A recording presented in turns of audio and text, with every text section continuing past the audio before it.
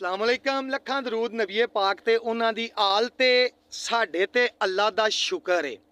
ये गल लोगां नूं दसो, परफ्यूम ला के रखो, तुहाडे कोलों खुशबू आवे, सोहने कपड़े पा के रखो, इस्त्री शिस्त्री होए होण, जुत्ती पालिश होई होवे, टिशू हर वेले तुहाडी जेब विच होवे, तुहाडे कोल होवे, सोहना बन के लोगां नूं वहाओ कि अलहमदुलिल्लाह साडे ते अल्लाह दा शुक्र है असीं फिट हां।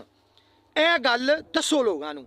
अगर ਤੁਹਾਡੇ ਨਾਲ कोई बंदा दो नंबरी करता है, कोई भैन भरा, कोई रिश्तेदार, कोई महल्लेदार, कोई तलक वास्ते वाला बंदा ਤੁਹਾਡੇ ਨਾਲ दो नंबरी करता है, ਉਹਨੂੰ ਦੱਸੋ कि मियाँ ਸਾਨੂੰ पता है तू दो नंबरी कीती है, लेकिन खालक दी रज़ा ਲਈ ਅਸੀਂ ਚੁੱਪ ਹਾਂ, कोई गल नहीं, ਅਸੀਂ पागल नहीं, समझ गए हैं कि तू दो नंबरी कीती। ਉਹਨੂੰ ਦੱਸੋ ਇਹ ਗੱਲ कि तू ਸਾਡੇ ਨਾਲ, अगर ਉਹ ਤੁਹਾਡੇ ਨਾਲ दो नंबरी कर सकता है, ਤੁਸੀਂ ਉਹਦੇ ਨਾਲ एक नंबर गल भी नहीं कर सकते।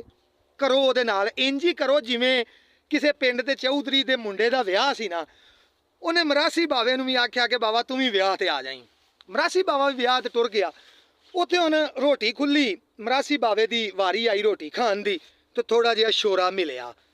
उन्हें वो शोरा पी के ना तो फिर प्लेट अगां चा कीती। वो जिहड़ा उत्थे रोटी पांदा सी ना पिया, उन्हें फिर थोड़ा जिहा शोरा ही पा दिता। बावे ने इधरों उधरों वेखिया, खैर फिर शोरे का घुट भर लिया, फिर प्लेट अगां चा कीती तो उन्हें फिर शोरा पा दिता।